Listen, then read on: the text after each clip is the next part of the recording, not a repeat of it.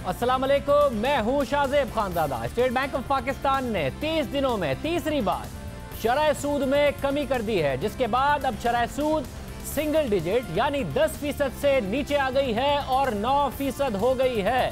पहले 17 मार्च को monetary committee ने 75 बेसिस पॉइंट्स की कमी की, फिर 24 मार्च को 150 बेसिस पॉइंट यानी 1.5% की कमी की और शरह सूद 11% हो गई। और आज कमेटी ने, स्टेट बैंक ने शरह सूद मजीद 2% कम कर दी है। अब शरह सूद 9% हो गई है। इस बात का इशारा गवर्नर स्टेट बैंक डॉक्टर रजा बाकिर ने हमारे इंटरव्यू में दिया था। ये बड़ी पेशरफ्त है। साथ ही पाकिस्तान को कर्जों की अदायगी में रियायत मिल गई है। मुशीर खजाना डॉक्टर हफीज शेख ने कहा है कि IMF ने $1 अरब 40 करोड़ इजाफी रियायती कर्जा मंजूर कर लिया है। इसके अलावा G20 मुमालिक ने कर्जों की अदायगी में रियायत का ऐलान कर दिया है। मईशत के हवाले से ये इस वक्त अच्छी खबरें हैं, क्योंकि मुसलसल जो दुनिया की मईशतें हैं उसके साथ साथ पाकिस्तानी मईशत के हवाले से कोरोना वायरस के बाद बुरी खबरें आ रही थी। स्टेट बैंक ने आज अपनी रिपोर्ट में बताया है कि रवां साल महंगाई की शरह 11 से 12% के दरमियान रहेगी। आइंदा माली साल के लिए महंगाई की शरह 7 से 9% होने का इम्कान है। साथ ही स्टेट बैंक ने रवां माली साल में GDP ग्रोथ -1.5% होने का खदशा जाहिर किया है।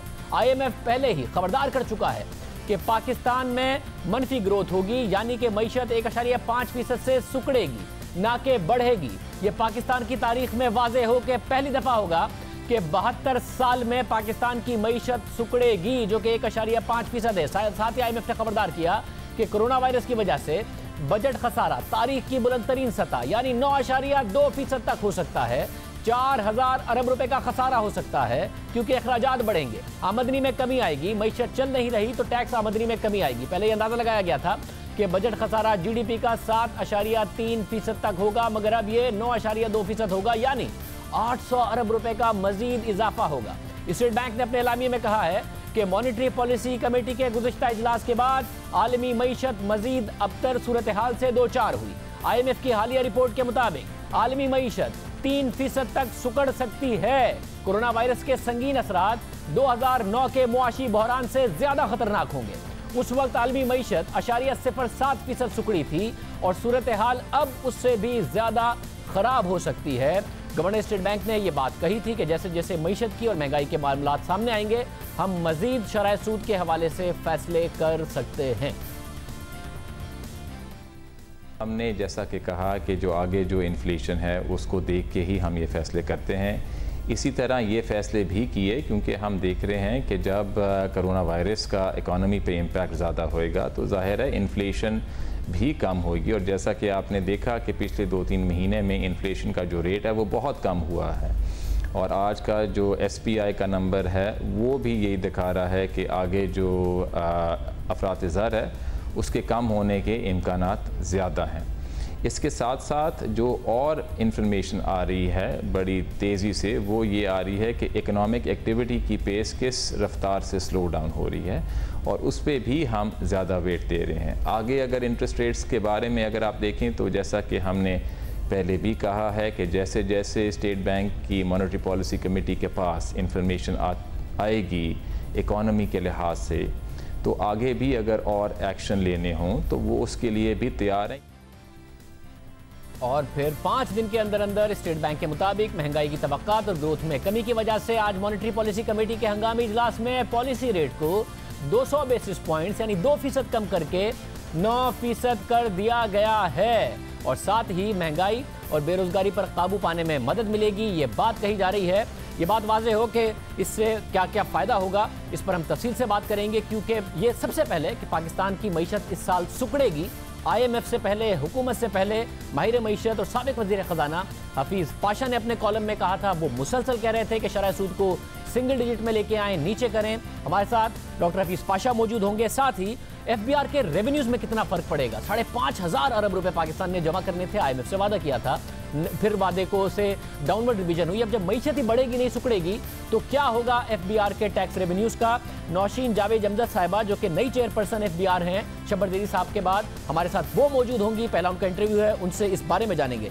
डॉक्टर हफीज पाशा हमारे साथ मौजूद है। पाशा साहब बहुत शुक्रिया। पाशा साहब, आप मुसलसल कह रहे थे सिंगल डिजिट में शरह सूद को लेकर आए, कोर इन्फ्लेशन पर फोकस करें, आने वाली जो महंगाई है उस पर फोकस करें। आप ये भी कह रहे थे कि सुकड़ जाएगी मैशत कोरोना वायरस की वजह से, 72 साल में पहली दफा होगा। दोनों बातें अब हो रही हैं, शरह सूद कम कर दी गई है, कैसे देख रहे हैं आप? देखिए, ये बहुत मुनासिब फैसला है और जैसे कहते हैं ना, देर आए दुरुस्त।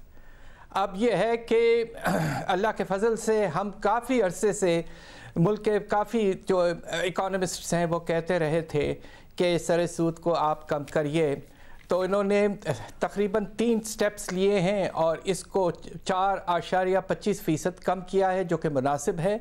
इसके 2 बड़े फ़ायदे हैं। एक बड़ा फ़ायदा ये है कि हमारे बजट में जो हमारा ख़र्चा था सूद की पेमेंट का कर्ज़ों पर, वो तकरीबन 1000 अरब कम हो जाएगा। यह बहुत बड़ा अमाउंट है और इसके नतीजे में जो फिस्कल स्पेस पैदा होगी उससे हम अपने रिलीफ और इंसेंटिव जो पैकेजेस हमने कोरोना के ख़िलाफ़ बनाए हैं वो अब आप और आगे बढ़ा सकते हैं। दूसरी तरफ चूँकि प्रोडक्शन का लेवल काफ़ी गिर चुका है और एक्सपोर्ट्स भी बहुत बुरी तरह से मुतासर हुए हैं, तो हमारे जो फैक्ट्रीज़ हैं वो बहुत बुरी तरह से लिक्विडिटी में फंसे हुए हैं और प्रॉफिटेबिलिटी भी बिल्कुल गिर चुकी है। तो जब आपने इंटरेस्ट रेट को इतना कम किया है तो जो कर्ज़ों का बोझ है वो कम होगा, उससे उनकी लिक्विडिटी में बेहतरी आएगी और हो सकता है कि अब ज़्यादा इम्कानात इसके हैं कि जो उनके मुलाजिम हैं या वर्कर्स हैं वो उनके साथ रहेंगे और इंशाअल्लाह अगले 3-4 महीने में पाकिस्तान फिर से रास्ते ऑफ डेवलपमेंट की तरफ गामजन हो सकेगा। वैसे ये बड़ी मस्बत बात है कि आप कह रहे हैं कि इसके बाद दोबारा पाकिस्तान तरक्की की तरफ गामजन हो सकेगा। साथ में बताइएगा, आपने और हफीज कारदार साहब ने जो आर्टिकल लिखा था उसमें आपने कहा था कि मैशत आखिरी के क्वार्टर में सुकड़ेगी। 2 आपने सिनेरियोज बताए थे। अब IMF ने कहा और स्टेट बैंक ने भी कह दिया कि मैशत पाकिस्तान की 1.5% से सुकड़ेगी। तो ये आपके जो सिनेरियोज थे जिसमें आपने बताया कि उससे बेरोजगारी कितनी होगी, गुर्बत में कितना इजाफा होगा, आप इस 1.5% को किस तरह देख रहे हैं और क्या वो आपकी तवक्कात के मुताबिक ही है? हमें इस बात का वो एहसास काफ़ी अरसे से था कि एक्सपोर्ट्स गिरेंगे, इन्वेस्टमेंट गिरेंगी और लोगों की अपनी स्पेंडिंग जो है वो मुतासर होगी, इसलिए कि आमदनी में इजाफा नहीं है, बेरोज़गारी फैल रही है। इसलिए हमने कहा था कि इस क्वार्टर में आपकी जो शरह नमू है वो मनफी चली जाएगी और हमारा अंदाज़ा ये था कि 9 से 13% इस क्वार्टर में पैदावार में कमी आ सकती है। जो IMF ने फिगर रिलीज़ किया है उसके तहत वो ख़ुद ये कह रहे हैं कि इस क्वार्टर तकरीबन 10% कमी आ सकती है। अच्छा, अगर 10% भी अगर हम ले लेते हैं और कमी इस आती है एक्सपोर्ट्स में, प्रोडक्शन में, तो उसके नतीजे में बेरोज़गारी में काफ़ी इजाफा हो सकता है। अंदाज़ा ये है हमारा कि खुदा न खास्ता 50 लाख लोग और बेरोज़गार हो जाएंगे। दूसरी तरफ गुर्बत में भी बहुत बड़ा इजाफे का ख़तरा है। अब मुझे अफसोस से कहना पड़ता है कि अगर ये सिलसिला कुछ अरसे रहा, 3 से 6 महीने शरह नमू में कमी आने की, तो उसके नतीजे में जो गुर्बत में के नीचे जो लोग चले जाएंगे उनका नंबर जो है वो तकरीबन 1.50 करोड़ से भी ज़्यादा हो सकता है। ये बहुत अफसोसनाक हालात हैं। ये सारी दुनिया में हालात ख़राब हो रहे हैं और चूँकि हम एक ऐसी इकॉनमी थी जो ख़ुद पहले ही कुछ मुश्किलात में थी, तो ख़तरा ये कि हम पर जो असर नेगेटिव पड़ेगा वो बनिस्बत दूसरे मुल्कों से कुछ ज़्यादा ही पड़ेगा। मगर पाशा साहब ये बताएगा कि अब दुनिया भर में 3% तरक्की की बात हो रही थी कि दुनिया की मईशत तरक्की करेगी, अब 3% सुकड़ने की बात हो रही है कि दुनिया की मईशत सुकड़ेगी। 2007 के फाइनेंशियल क्राइसिस से भी बहुत ज़्यादा, ग्रेट डिप्रेशन के बाद इतना मईशत का बुरा हाल हो रहा है। तकरीबन 100 साल बाद अगर मईशत इतनी बुरी दुनिया की कारकर्दगी दिखाएगी तो पाकिस्तान की मईशत को संभालने के लिए, क्योंकि असरात तो ज़ाहिर है दुनिया के भी पाकिस्तान की मईशत पर होंगे, एक्सपोर्ट्स पर होंगे, तमाम चीज़ों पर होंगे। स्टेट बैंक ने पहले जो कर्जे हैं उस पर छूट दी कि जी आप इंटरेस्ट रेट अदा कर दें, प्रिंसिपल पेमेंट का 1 साल की छूट, फिर तनख्वाहें अदा कर दें, लोगों को बेरोजगार ना करें, उसके लिए एक बड़ी अच्छी पॉलिसी लेके आए कि 3 महीने की तनख्वाह आप कम शरह सूद पर ले लें। ये जो मनफी असरात दुनिया की मईशत के हैं उसका असर कम करने के लिए जो इकदाम किए गए, आपके ख्याल में वो कितने कारामद साबित होंगे? बात यह है कि जो जिस फाइनेंसिंग पैकेज का आपने जिक्र किया है, जो स्टेट बैंक ने बिजनेसेस के लिए किया है ताकि जो मुलाजिम हैं उनके तनख्वाहों की कवरेज 3 महीने की कम से कम हो जाए, वो स्कीम चलाना हद से ज़्यादा ज़रूरी है। अब आप ये देखिए कि हमारे मुल्क के जो छोटे इदारे हैं जिसे हम SMEs कहते हैं, वो तकरीबन 1 करोड़ 30 लाख लोग उनके यहाँ मुलाजिम हैं और उनका जो हर महीने का जो ख़र्चा है तनख्वाहों पर वो तकरीबन 250 से 300 अरब है। तो ये स्कीम उसी वक्त कामयाब होगी जब बैंक जो हैं कोशिश करेंगे कि आगे बढ़कर SMEs को सपोर्ट करें। अभी तक जो हमें अंदाज़ा हो रहा है कि जो आगाज़ में पहले हफ्ते में इस तरह का सिलसिला अभी तक शुरू नहीं हुआ है और बड़े कंपनियों को पैसा दिया गया है। बहुत ही ज़्यादा ज़रूरत है। SMEs हमारे मुल्क की रीढ़ की हड्डी हैं।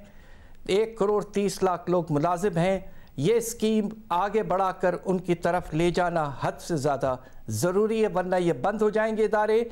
ये एक्सपोर्ट करते हैं, बहुत अच्छे प्रोडक्ट्स एक्सपोर्ट करते हैं, garments, surgical goods, sports goods, leather वगैरह।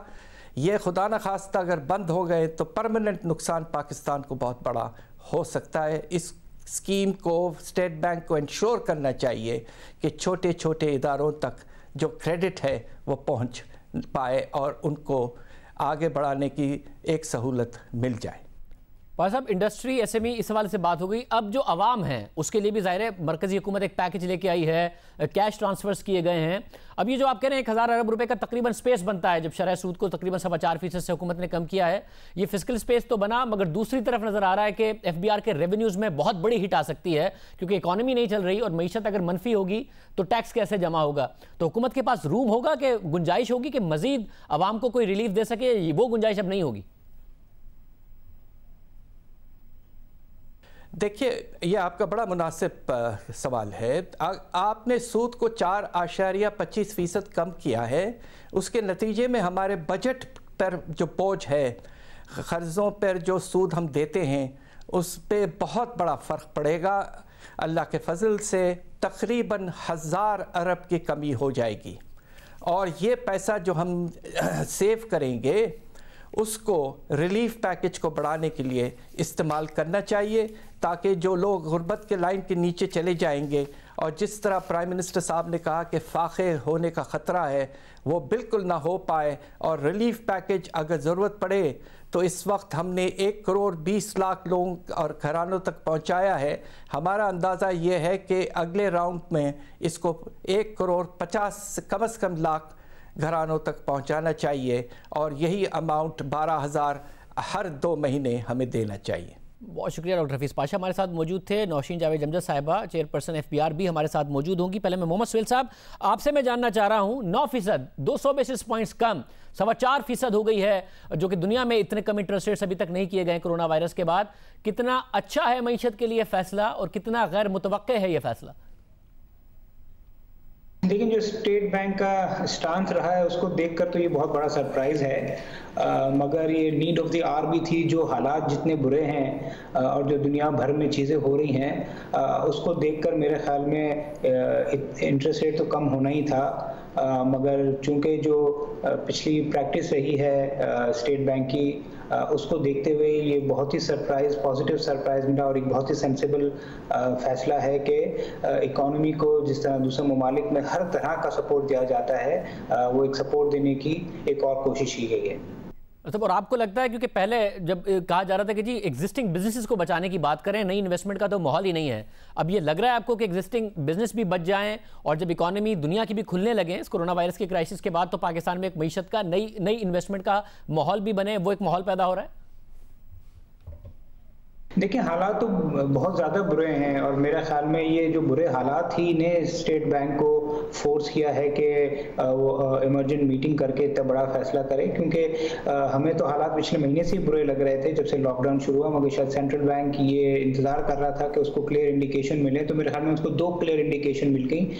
एक तो IMF ने ये कह दिया कि दुनिया भर में जो हालात हैं वो 100 साल के बाद इतने बुरे हालात में, ग्रेट डिप्रेशन के बाद। इसके साथ साथ इन्होंने जो वर्ल्ड जीडीपी की फोरकास्ट है वो माइनस कॉन्ट्रैक्शन बता दी 3%। पाकिस्तान की भी जो हम तो कह ही रहे थे कि ये पहली दफ़ा पाकिस्तान की तारीख में पाकिस्तान की जीडीपी गिर जाएगी, वो IMF ने भी इंडोर्स कर दिया। और दूसरी जानिब आई थिंक सेंट्रल बैंक जो थोड़ा सा इंडिकेटर देख रहा था, उसको खतरा था फॉरेन एक्सचेंज रिजर्व के साइड से या एक्सटर्नल अकाउंट की साइड से, मगर वो भी उनको सपोर्ट कल रात को मिल गई जब G20 ने पाकिस्तान को उन मुल्कों की फहरिस्त में शामिल कर लिया जिसका लोन जो है रीस्केड्यूल होगा। ये एक बहुत बड़ी शाज़ेब सपोर्ट है, क्योंकि 1 से $1.5 बिलियन माहाना पाकिस्तान की डॉलर की अदायगियां हैं, और अगर वो अगले 12 महीने नहीं होती तो जो सेंट्रल बैंक जिससे फेयर करता था करेंसी प्रेशर से, वो शायद अब इंटरेस्ट रेट गिरने के बाद भी रुपए पे ज़्यादा प्रेशर ना आए। बहुत शुक्रिया। मोहम्मद सुहेल साहब हमारे साथ मौजूद थे। नौशीन जावेद अमजद साहिबा चेयरपर्सन FBR हमारे साथ मौजूद हैं। शब्बर ज़ैदी साहब के बाद आपने चार्ज संभाला है, वो इस मामले को कैसे देख रही हैं? बहुत शुक्रिया आपका हमें शो में ज्वाइन करने के लिए। ज़ाहिर है पहले अग्रेसिव IMF के प्रोग्राम में टारगेट था 5,500 अरब रुपए टैक्स जमा करने का, उसको डाउनवर्ड रिवाइज किया। अब जो नंबर्स आ रहे हैं वो डाउनवर्ड रिवीजन के बाद भी ऐसा लग रहा है कि FBR नहीं पूरा कर पाएगा। मार्च के नंबर्स बहुत बुरे हैं, 334 अरब रुपए एज अगेंस्ट टारगेट ऑफ 595 अरब रुपए रिवाइज टारगेट। अब तो मईशत बंद है और मनफी ग्रोथ की बात हो रही है, तो आपके टारगेट पे कितनी हिट आएगी, उसको कितना डाउनवर्ड रिवाइज करने की बात हो रही है? कोरोना वायरस से पहले हमारे रेवेन्यूज़ 17% से ग्रो कर रहे थे, जो कि IMF और बाकी भी इंटरनेशनल एजेंसीज ने उस पर काफ़ी सेटिस्फेक्शन का इजहार किया था। और इससे पहले हम डोमेस्टिक टैक्सेस में 26% की ओवरऑल ग्रोथ रेट दे रहे थे, और हमारे शॉर्टफॉल्स जो थे वो ज़्यादातर इंपोर्ट की कंप्रेशन की वजह से हुए थे।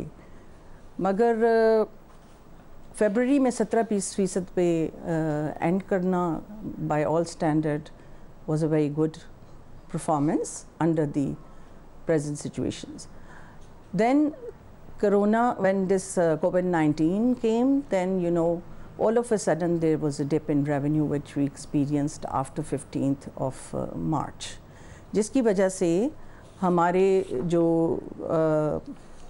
फिगर्स मार्च के थे वो 17% से 15% पे चले गए। तो डेफिनेटली एक इमीडिएट रिडक्शन आई जिसके लिए कि हम सब तैयार नहीं थे। और बाकी के 3 महीनों में क्या तवक्को कर रहे हैं आप, क्या डाउनवर्ड रिवाइज कर रहे हैं, क्या तवक्को है आपकी?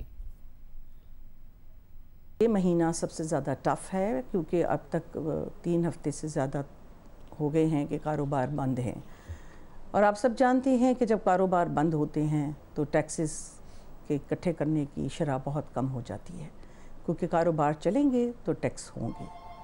सो हम एक्सपेक्ट कर रहे हैं कि this is going to be the worst month, and इसमें डेफिनेटली अभी तक रेवेन्यू में काफ़ी शॉर्टफॉल आई है।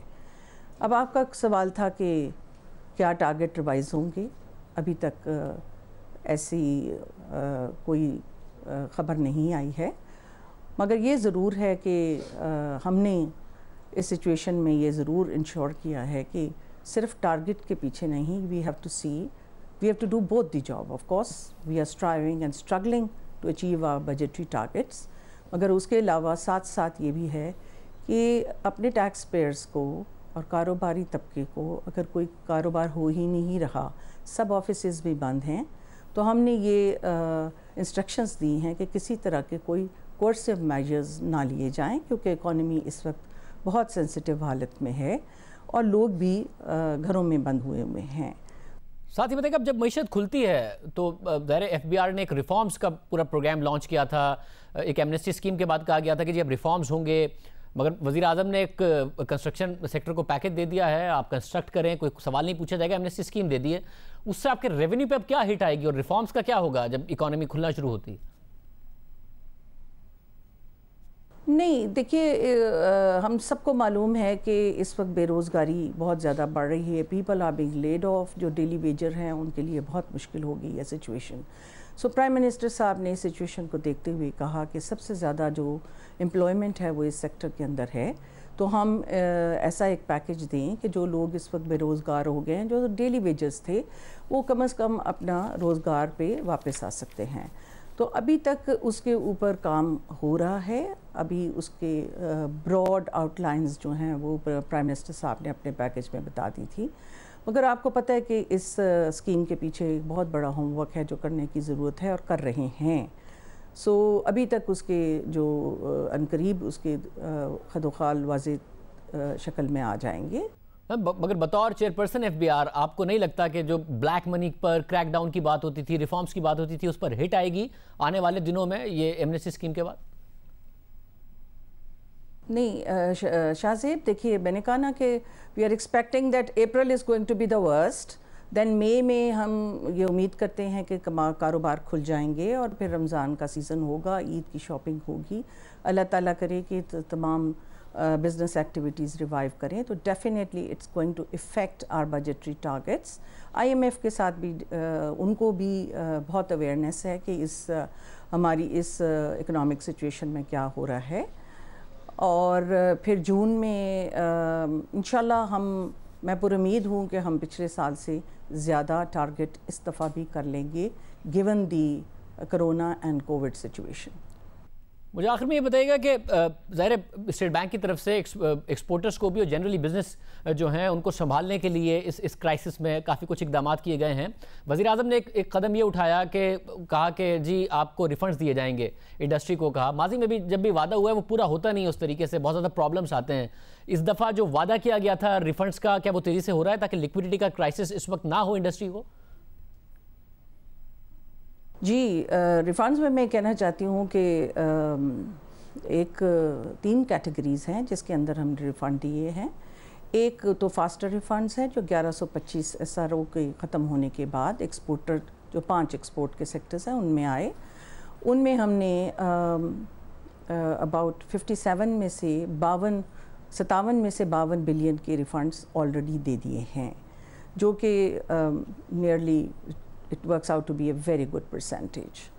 उसके बाद प्राइम मिनिस्टर जो स्टिमुलस इकोनॉमिक स्टिमुलस पैकेज था और फाइनेंशियल पैकेज था, उसके अंदर भी कारोबारी तबके को रिलीफ देने के लिए हमें 70 बिलियन कहा गया था, जिसमें से 15 बिलियन की ड्यूटी ड्रॉबैक और उसके अलावा 52 बिलियन के more than 52 billion in sale tax other than faster. So उसके अंदर हमने अभी तक 42.42 बिलियन के रिफ़ंड्स इशू कर दिए हैं और अभी 37.58 बिलियन के रिफ़ंड्स जो हैं वो देने हैं। और आपको मालूम होगा कि इसका ऐलान जो है वो 2 अप्रैल को हुआ था। और इसमें आपके प्रोग्राम के तवसत से मैं ये भी बताना चाहती हूँ कि इसमें जो थोड़ा सा इस चीज़ का ख्याल रखा गया है कि जो सिस्टम्स पहले मैनुअल पे थे, जैसे ड्यूटी ड्रॉबैक में मैनुअली चेक दिए जाते थे, तो 5.5 लाख चेक इशू करना था और उसमें फिर ह्यूमन इंटरेक्शन था। सो एक वीक का डिले हमने सिर्फ इसलिए किया कि उसको सिस्टम को इनके बैंक अकाउंट के साथ जोड़ दिया जाए। So now duty drawback is also like sales tax being credited in the bank account. किसी चेक को हासिल करने के लिए दफ्तर जाने की ज़रूरत नहीं है, ना किसी कोरियर के इंतज़ार की ज़रूरत है। ये अब बाकी रिफ़ंड्स की तरह बैंक अकाउंट में दिया जा रहा है। और यही सिस्टम हम इनकम टैक्स में भी करने जा रहे हैं कि इतनी बड़ी तादाद में एक तो लोग ना आएँ और दफ्तरों में, और दूसरा ये है कि इसमें एक ट्रांसपेरेंसी लाई जाए और for ever we should just remove the human intervention in the refunds. बहुत शुक्रिया। नौशीन जावेद रमज़ा साहब हमारे साथ मौजूद थी। FBR की तरफ से, स्टेट बैंक की तरफ से इस पूरे क्राइसिस में जो मईशत है और जो कारोबार है उसको सहारा देने के लिए इकदाम किए जा रहे हैं, जिसकी तफसीलात हमने आपके सामने रखी। प्रोग्राम में एक ब्रेक शामिल करते हैं। कोरोना वायरस के हवाले से मज़ीद जो मालूमात आ रही हैं वो अच्छी नहीं हैं पाकिस्तान के हवाले से। बात करेंगे तफसील से एक ब्रेक के बाद।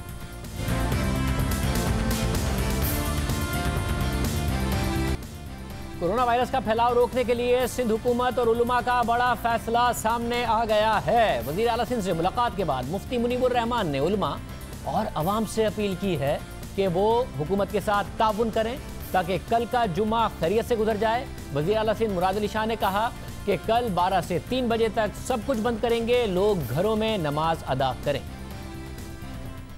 कल की जुम्मतुल मुबारक के बारे में मैं आइम्मा किराम, खुतबा इज़ाम और अवाम से अपील करता हूँ कि वो हस्ब मामूल ताउन करें ताकि कल का जुमा खैरियत से गुजर जाए कोई नाखुशगवार वाक़या रूनुमा नहीं होना चाहिए। मैंने पुलिस को मैं कह भी दिया है और कह दूँगा कि मसाजिद के अंदर कोई सख्ती वगैरह ना करें, लेकिन आवाम से यही अपील है, सब लोगों से यही अपील है कि कल हम दोबारा 12 बजे से 3 बजे तक रोड पे सब चीज़ बंद कर देंगे, मसाजिद खुली रहेंगी, जो लोग मुतय्यन हों मस्जिद में वो नमाज अदा करें। बाकी लोगों से यही दरख्वास्त है कि घरों पे नमाज अदा करें। पाकिस्तान में कोरोना के टेस्ट की तादाद में इजाफा होते ही कोरोना के मरीजों और अमवात में तेजी आ गई है। गुज़िश्ता 24 घंटों के दौरान 17 अफराद इंतकाल कर गए हैं, जो कि पाकिस्तान में कोरोना से एक दिन में होने वाली अब तक की सबसे ज़्यादा अमवात हैं, जिसके बाद वायरस से अमवात की मजमूई तादाद 128 हो गई है। इसी तरह गुज़िश्ता 24 घंटे के दौरान 5540 टेस्ट किए गए, जो एक दिन में किए गए अब तक के सबसे ज़्यादा टेस्ट हैं। पहले एक दिन में औसतन 3000 टेस्ट हो रहे थे, अब 5500 टेस्ट हुए और 24 घंटे में अब तक 414 अफराद को कोरोना टेस्ट मस्बत आए। ये अब तक एक दिन में सामने आने वाली तीसरी बड़ी तादाद है। इससे पहले गुज़िश्ता रोज़ ही 520 केसेस सामने आए थे, यानी कि टेस्ट की तादाद बढ़ी तो जो मुतासरा अफराद हैं उनकी तादाद में भी इजाफा हो गया है। माहिरीन पाकिस्तान में मरीजों का पता चलाने के लिए मुसलसल ज़्यादा से ज़्यादा टेस्ट करने पर जोर दे रहे हैं और अब इस तादाद में इजाफा हुआ तो मरीजों की तादाद में भी इजाफा हुआ। शरह वही है, जो टेस्ट किए जा रहे हैं उसमें से 10% अफराद मुतासिर इस वक्त नज़र आ रहे हैं, जिसकी वजह से ये खदशा पैदा हो रहा है कि टेस्ट ज़्यादा होंगे तो कितने लोगों में ये वायरस पाया जाएगा। साथ ही एक और मसला ये है कि पहले ज़ायरीन में और तबलीगी इज्तिमा में ज़्यादा तादाद नज़र आ रही थी, अब क्योंकि फ़्लाइट्स बंद हैं, ज़ायरीन नहीं आ रहे हैं, तो जो लोकल ट्रांसमिशंस हैं वो ज़्यादा हो रही हैं, मकामी सतह पर ज़्यादा मुंतकली हो रही है। इस इजाफे के साथ साथ कराची में गुज़िश्ता 2 हफ्ते के दौरान होने वाली 300 से ज़ायद पुरअसरार अमवात ने भी तशवीश बढ़ा दी है। कराची के जिना अस्पताल में गुज़िश्ता 15 दिन के दौरान 109 अफराद मुर्दा हालत में लाए गए, 90 ऐसे अफराद इमरजेंसी में लाए गए जिनकी पुरअसरार मौत हो गई। इस बारे में गुज़िश्ता रोज़ हमारे प्रोग्राम में जिना अस्पताल की एग्जीक्यूटिव डायरेक्टर सीमी जमाली ने कहा था कि इस हवाले से महकमा सिंध को खत लिख दिया है। सेक्रेटरी सेहत सिंध को लिखे गए खत में ऐसे अफराद की फहरिस्त दी गई है जो गुज़िश्ता 15 दिनों के दौरान या तो मुर्दा हालत में लाए गए या फिर अस्पताल की इमरजेंसी में दम तोड़ गए थे। सीमी जमाली ने खत में कहा कि जिना अस्पताल की इमरजेंसी में ऐसे अफराद की तादाद दुगनी हो गई है, जो गुज़िश्ता और मुराद अली शाह साहब ने भी इस बात को फिर कन्फर्म किया। क्या मामला है, कहाँ तक सिंध हुकूमत पहुँची है? मुर्ज़ाबाब साहब, तर्जुमान सिंध हुकूमत हमारे साथ मौजूद। मुर्ज़ाबाब साहब बहुत शुक्रिया। कल हमारे प्रोग्राम में इंडस अस्पताल के CEO बारी खान साहब ने भी कहा कि उनके यहाँ जो आए और मुर्दा हालत में आए, टेस्ट किया तो पता चला कि उनमें वायरस की तस्दीक हुई थी। फिर फैसल ईदी साहब ने भी तस्दीक की कि कुछ अमवात में इजाफा हुआ है, ये नहीं पता किस वजह से हुआ है। कुछ पता किया सिंध हुकूमत ने क्या मामला है? शादिब साहब, ये बात बड़ी तशवीशनाक है, बड़ी परेशान कुन है और इस तरह की इत्तला जो कल मैं डॉक्टर बारी साहब का इंटरव्यू भी आपके चैनल पे देख रहा था, we are privy to this information. और स्पेशली जो इंडस हॉस्पिटल में जो केसेस का जिक्र कर रहे थे उसमें 2 केसेस तो शादिब साहब ऐसे थे कि पेशेंट लाया गया एंड विद इन प्रॉब्ली 2 घंटे उसका अनफॉर्चुनेटली इंतकाल हो गया, बट उन 2 घंटों में इंडस हॉस्पिटल की इंतजामिया ने उसका टेस्ट ले लिया था तो उसके बारे में हमें हतमी राय मिल चुकी कि वो कोरोना पॉजिटिव थे। इसके अंदर जो अनफॉर्चुनेट चीज़ है वो ये कि अगर आपका इंतकाल हो जाए तो आपका कोई इस तरह का पोस्ट डेथ टेस्ट नहीं है कि इस चीज़ को एसिटेन किया जा सके कि आप कोरोना पॉजिटिव इंडीड है या नहीं, तो कोई हतमी बात इसके ऊपर नहीं की जा सकती। लेकिन जिना अस्पताल की इंतज़ामिया ने ये तफसीलात हेल्थ डिपार्टमेंट के साथ शेयर की हैं कि इस तरह के वाक़यात बिल्कुल हुए हैं। इसके अलावा सिंध गवर्नमेंट सिंध भर के तमाम जो कब्रिस्तान है वहाँ से भी डेटा भी इकट्ठा कर रही है टू कंपेयर कि आया पिछले 1 महीने के अंदर कंपेरेटिवली अमवात का रेशो ज़्यादा है कि नहीं। तो हम इस मामले को देख रहे हैं, बट शादिब साहब मैं समझता हूं हम तो डे 1 से कह रहे हैं कि सूरत हाल इस तरह की हो सकती है और इसीलिए बार बार वजीर आला सिंध इस बात पर जोर देते आ रहे हैं कि there has to be a more effective stringent lockdown. जब तक हम प्रॉपर लॉकडाउन नहीं कर पाएंगे हम इस कोरोना वायरस की वबा के फैलाव को नहीं रोक पाएंगे। ये बात दुरुस्त है कि वजीर आला सिंध कहते आए, वजीर आजम कुछ और बात कह रहे थे, मगर बाद में हुआ ये कि वजीर आला सिंध ने लीड किया, दूसरे सूबों ने फॉलो किया। मगर अब आप कह ये रहे हैं मगर फॉलो आप वजीर आजम को कर रहे हैं जो वजीर आजम ने कहा, तो आपको अब सिंध में नजर आ रहा है कि सिचुएशन अंडर कंट्रोल है, जो मजीद टेस्ट किए गए, क्योंकि रेशो वही दिख रहा है, जितने टेस्ट बढ़ रहे हैं उतने ही मुतासरा लोगों की तादाद बढ़ रही है। नहीं शादिब, अलार्मिंग है बिल्कुल। और मैं आज जो पिछले 24 घंटों का रिजल्ट है, जो सुबह हमने तफसीलात शेयर की थी, मैं रिपीट कर देता हूं। हमने तकरीबन कोई 2800 टेस्ट पिछले 24 घंटों में किए, जिसमें 340 लोग पॉजिटिव आए हैं। ये तकरीबन 15% इसकी परसेंटेज बनती है, जो बड़ी अलार्मिंग है, बड़ी तशवीशनाक है। अगर in the largest scheme of things देखें तो पाकिस्तान में जो परसेंटेज आ रही है तकरीबन 9.5 से 10% आ रही है। तो ये एक बड़ी खतरनाक सिचुएशन है। अगर आप 20 करोड़ आबादी का मुल्क है और 10% उसके अंदर पॉजिटिव आ रहे हैं, तो 2.25 करोड़ लोग हैं तकरीबन जो इससे मुतासिर हो सकते हैं। अनफॉर्चुनेटली उन मुतासिरा लोगों के अंदर एक बड़ी तादाद उन लोगों की होगी जिनको अस्पताल शिफ्ट करना पड़ेगा, जिनकी सेहत फर्दर खराब होगी, जिनको अस्पताल ले जाके आपको रिहैबिलिटेट करना पड़ेगा। और मैं समझता हूं पाकिस्तान भर के अंदर जो हेल्थ केयर सिस्टम है वो इस लोड ऑफ पेशेंट को बर्दाश्त करने का मुतहम्मिल नहीं हो सकता। इसलिए शाहजेब बार बार हम इस बात पे जोर दे रहे हैं कि एक तरफ लॉकडाउन जो है इसके फैलाव को रोकने में अपना किरदार अदा करेगा, और दूसरी तरफ आपको वो स्पेस आउट करने का मौका देगा कि आपके हेल्थ केयर सिस्टम के अंदर ऑल ऑफ अ सडन ये नंबर ऑफ पेशेंट्स का रश ना आए। मगर आपने कहा, चीफ मिनिस्टर ने कहा कि हम कुछ इंडस्ट्रीज को खोल रहे हैं मगर लॉकडाउन मजीद सख्त करेंगे। तो लॉकडाउन तो पहले ही जब इंडस्ट्रीज नहीं खुली थी तो लोग फॉलो नहीं कर पा रहे थे और खुद चीफ मिनिस्टर डिसअपॉइंट हुए थे। तो अब सख्त है लॉकडाउन या नहीं है? देखिए शादिब साहब, लॉकडाउन अभी भी वैसा ही है और गवर्नमेंट आज भी समझती है कि लॉकडाउन को स्ट्रिक्ट तरीके से इन्फोर्स करने की ज़रूरत है। अनफॉर्चुनेटली एक तासुर डेवलप हो गया, एक परसेप्शन डेवलप हो गया आवाम की माइंड में कि शायद लॉकडाउन ख़त्म हो गया। कल वज़ीर आला सिंध ने खुद इस बात को बड़ा वाज़ेह किया और हम तमाम लोग मीडिया के शुक्रगुजार हैं कि बार बार इस चीज़ को वो हाईलाइट कर रहे हैं। फर्क पहले और अब में सिर्फ ये है कि वजीर आजम साहब ने कुछ सेक्टर ऑफ इकोनॉमी के लिए रियायत देने का फैसला किया। सिंध गवर्नमेंट ने फैसला ये किया कि हम रियायत तो देंगे बट उसकी SOPs को स्ट्रिक्टली इन्फोर्स किया जाएगा।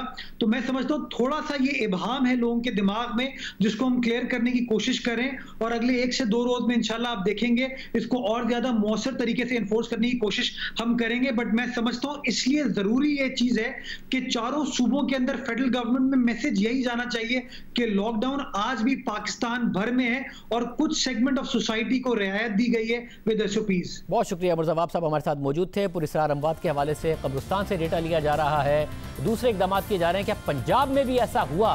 क्योंकि कराची में तो प्राइवेट हॉस्पिटल्स, गवर्नमेंट हॉस्पिटल और हुकूमत सब कंफर्म कर रहे हैं, फैसल ईदी कंफर्म कर रहे हैं। तो क्या पंजाब में भी हो रहा है? वो हम डॉक्टर यास्मीन रशीद साहिबा से पूछेंगे। मगर पहले आपको ये बता दें कि अमेरिका के शहर न्यूयॉर्क में ऐसा हो रहा है। न्यूयॉर्क में रोजाना पहले 20 से 25 अफराद की घरों में मौत होती थी, मगर कोरोना वायरस आने के बाद 200 से ज़ायद अफराद घरों पर मर रहे हैं, जिसकी वजह से सवाल पैदा हो रहा है कि ऐसे मरीज हैं जो कोरोना से मुतासिर होकर मर रहे हैं मगर उनकी तादाद गिनने में नहीं आ रही है। क्या मामला है? CNN ने इस हवाले से तफसील से रिपोर्ट की है, देखिए। एक खतरनाक मसला खड़ा हो रहा है। बहुत से लोग जो वायरस से अपने घरों पर जंग लड़ रहे हैं वो ये काम अकेले कर रहे हैं। इसमें मसला ये है कि इसका बड़ा इम्कान है कि वो कोरोना से जंग हार जाएंगे, मगर किसी को पता भी नहीं चलेगा कि उनकी मौत कोरोना से हुई है। इस मरीज को कोरोना वायरस था और ये घर पर ही उससे जंग लड़ता रहा। 54 साल ये शख्स अपने घर में अकेले ही कोरोना से जंग लड़ता रहा। ये आला उसके मोबाइल फोन में मालूमात देता रहा और जैसे ही उसकी हालत बिगड़ी तो उसने अपने डॉक्टर को मुत्तला कर दिया। डॉक्टर ने अस्पताल में दाखिले का कहा, मगर उसके मुताबिक घर में उसकी हालत इतनी ख़राब हो गई थी कि अस्पताल जाने तक की हिम्मत नहीं थी। अकेले अपना इलाज करने वाले अक्सर अफराद सेहतियाब हो जाते हैं, मगर अक्सर की हालत बहुत ज़्यादा बिगड़ जाती है। अक्सर लोगों की घर पर ही हालत ख़राब हो जाती है और वो इंतकाल कर जाते हैं और किसी को पता भी नहीं चलता। जिन इलाकों में वायरस बहुत ज्यादा फैला है वहाँ के हुकाम का कहना है कि उन्हें ये जानने में मुश्किल हो रही है कि कितने लोग अपने घरों में अलग थलग होकर ही अपना इलाज खुद कर रहे हैं, और जो लोग अपने घरों में खुद अपना इलाज करके इंतकाल कर रहे हैं और अस्पतालों तक नहीं आ रहे, उनकी तादाद हैरान कुन तौर पर ज्यादा है। न्यूयॉर्क शहर के हुकाम के मुताबिक कोरोना वायरस की वबा से पहले न्यूयॉर्क में घरों में ही 20 से 25 अफराद की मौत हो जाती थी, मगर हालिया दिनों में न्यूयॉर्क शहर में 200 से ज़ायद लोग घरों में मर रहे हैं और ये ख्याल किया जा रहा है कि इनमें से अक्सर की मौत कोरोना वायरस की वजह से हुई है। इसलिए माहिरीन का ख्याल है कि कोरोना वायरस से मरने वालों की असल तादाद सरकारी आदाद शुमार से कहीं ज़्यादा हो सकती है, क्योंकि ये पता ही नहीं है कि कितने लोग अस्पताल आने के बजाय अपने घरों पर ही कोरोना वायरस से मर गए। न्यूयॉर्क के हुकाम कोशिश कर रहे हैं कि घरों पर मरने वालों में उन लोगों का पता लगाएं जिनकी मौत के वक्त हालत कोरोना वायरस से मरने वाले अफराद जैसी थी, ताकि सही आदाद शुमार का पता लगाया जा सके। ये बहुत खौफनाक बात है। अचानक न्यूयॉर्क में घरों में मरने वालों की तादाद में बेपनाह इजाफा हो गया है और सिर्फ एक चीज जो बदली है वो ये कि कोरोना वायरस आ गया है। डॉक्टर्स का कहना है कि ये नामुमकिन होगा कि कोरोना वायरस से मरने वाले अफराद की असल तादाद का पता लगाया जा सके, क्योंकि घरों में बहुत से ऐसे अफराद का भी इंतकाल हो गया है जिनमें कोरोना वायरस की दीगर अलामात तो नहीं थी, मगर उन्हें कोरोना वायरस से दिल का दौरा पड़ गया, मगर उन्होंने कोरोना वायरस की वजह से अस्पताल जाने से इनकार कर दिया और घरों में ही इंतकाल कर गए। बात की निशानदेही करता है कि घबराएं मत, मगर बेएहतियाती मत करें। अगर आप बेएहतियाती करेंगे, घर पर ही रहेंगे, अस्पताल नहीं जाएंगे, तो अपने घर वालों को भी नुकसान पहुंचाएंगे, उन्हें भी वायरस लगाएंगे और अपनी जान भी। क्योंकि अगर आपकी तबीयत खराब होती जाएगी फिर और अस्पताल आप नहीं गए तो आपकी घर पर मौत वाक़ई हो सकती है, या अस्पताल जाकर वेंटिलेटर पर जाएंगे तो वहाँ से रिकवरी का रेशो बहुत ज़्यादा कम है। कम तबीयत खराब में ही अस्पताल जाइए। क्या पंजाब में भी ये हो रहा है? जो कि सिंध में सूरत हाल थी वो न्यूयॉर्क तक में नजर आ रही है। बात करेंगे हम डॉक्टर यास्मीन राशिद साहब से।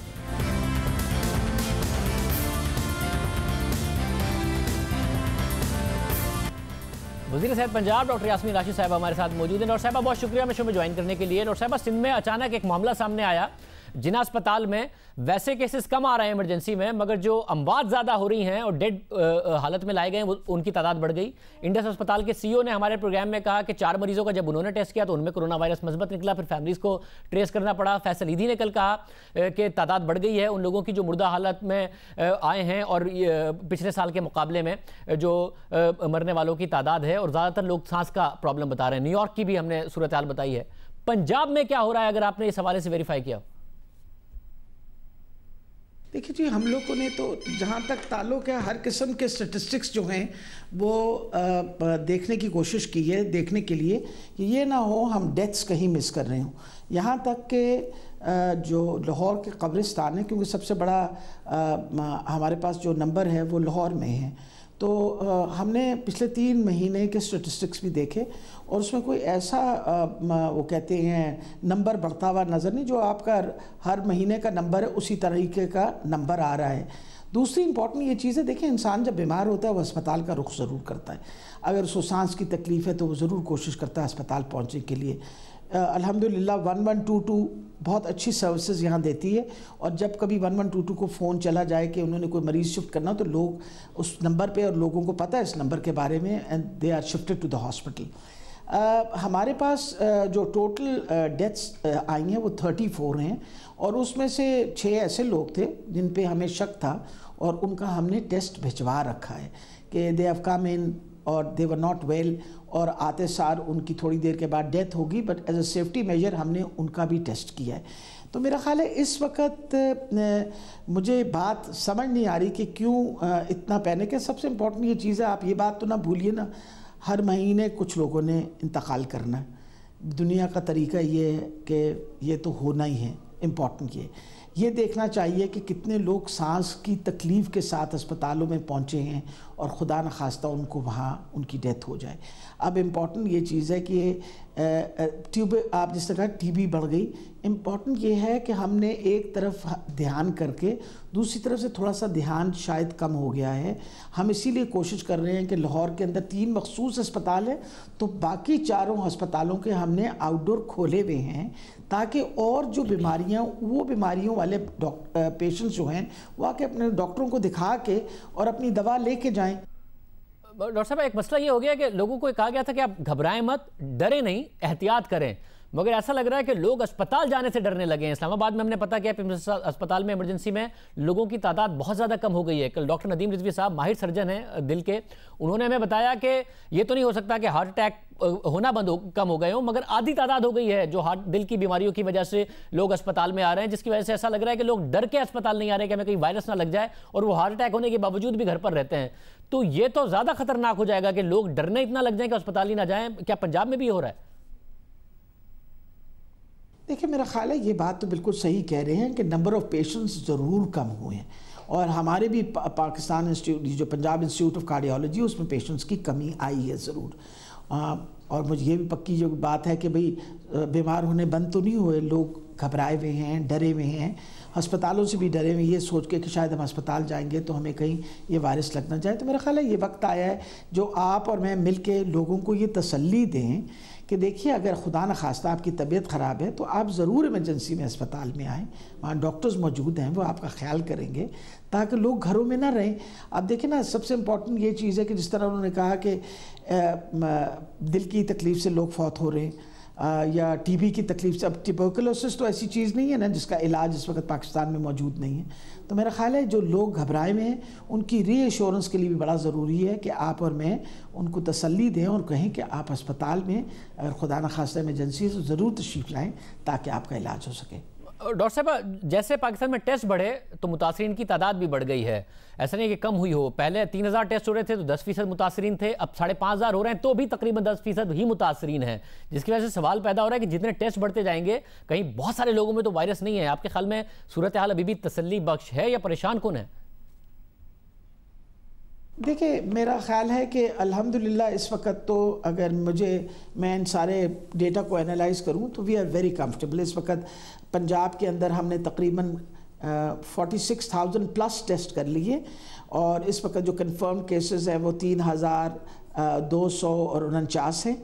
और इसके साथ सबसे बड़ी ये बात है कि खुशाइन ये बात है कि 630 लोग रिकवर करके अपने घरों को चले गए, यानी इसी 3,249 में से आपको ये माइनस करने पड़ेंगे 630 के ये लोग सेहतयाब होकर घर चले गए हैं। और फिर उसके बाद ये है कि सबसे इम्पॉर्टेंट ये चीज़ है क्रिटिकल पेशेंट्स कितने, वो बड़ा इंपॉर्टेंट होता है देखना। हमारे पास पूरे पंजाब के अंदर 13 क्रिटिकल पेशेंट्स हैं और 34 डेथ्स हुई हैं। When you look at it तो it is an encouraging situation. मतलब अल्लाह ताला खैर रखे, अगर हमें इसी तरह इसी रफ्तार से अगर ये बीमारी आती भी रहे कि लोग जितने ठीक हो रहे हैं उतने लोग अगर रोज़ाना भी दाखिल हो जाएं तो इट्स अ कंट्रोलेबल सिचुएशन। इस वक्त जो ट्रेंड है, ज़ाहिर पहले ये हो रहा था कि वन ऑफ जो केसेस थे ज़ायरीन आए उनमें बहुत ज़्यादा आ गए, रायबंड के इज्तिमा में बहुत ज़्यादा केसेस सामने आ गए। जब फ्लाइट्स बंद हुई, ज़ायरीन का आना बंद हुआ, रायबंड के इज्तिमा, तो अब नज़र आ रहा है कि सेकेंडरी लेवल पर मकामी सतह पर बहुत तेज़ी से केसेस हो रहे हैं। ये वन ऑफ इवेंट की वजह से नहीं है, ये भी आपके ख्याल में कोई परेशान कुन बात नहीं है? देखिए ज़्यादा तो हुए हैं केसेस, लेकिन एक बात ना भूलिए ना, क्योंकि अब फ़्लाइटें तो बंद हो गई बाहर से, बॉर्डर भी आपने बंद कर डाले। अगर फ़्लाइट्स आ रही हैं तो अभी बहुत ज़्यादा लिमिटेड हैं, तो बाहर से तो जो लोग आ रहे हैं वो तो नेचुरली जितने आए थे वो आके बस अब उनके साथ किसी के 10 दिन गुजर गए, किसी के 14, किसी के 15। अब जिनको लगेगा वो लोकल ट्रांसमिशन से ही लगेगा। तो मेरा ख्याल है लोकल ट्रांसमिशन बढ़ेगी ज़रूर, कुछ ना कुछ तो बढ़ेगी ज़रूर जब लोग आ ही गए, लेकिन उस लोकल ट्रांसमिशन से अपने आप को बचाने के लिए बहुत इंपॉर्टेंट है वही वाली बातें जो हम बार बार करते हैं, रोज़ाना आके टीवी पे करते हैं। मास्क पहन लीजिए, आप घर से बाहर जाते हैं मास्क पहन के रखिए, हाथों को बार बार धोइए। और मैं एक बात करेक्ट करना चाहती हूँ, ये लोग जो समझते हैं ना कि मैंने हाथ में ग्लव्स पहन लिए हैं तो मैं बच जाऊँगा, नो। मैं आपको एक बात बताऊँ, ग्लव पे भी वायरस इसी तरह लग जाता है जिस तरह हाथ को लगता है। मकसद ये है, या तो ये आपने ग्लव पहना है और कहीं पहुंचे हो तो उसको उतार के फेंक दिया, that is a different story, dispose of कर दिए। तो हाथों को बार बार धोना 20 सेकेंड के लिए, और फिर सबसे बड़ी बात है मास्क पहन के सोशल डिस्टेंसिंग कर लें, तो इंशाल्लाह बहुत सारे लोग अपने आप को इस मुसीबत से बचा सकते हैं। बहुत शुक्रिया डॉक्टर यास्मीन रशीद साहब हमारे साथ मौजूद थी। एहतियात कीजिए अपने लिए, अपने घर वालों के लिए, घर में जो बुजुर्ग हैं उनके लिए ये बहुत ज़्यादा लाजमी है। और अगर तबीयत ख़राब हो तो अस्पताल ज़रूर जाइए, डर कर घर पर ना बैठिए। याद दीजिए। अल्लाह।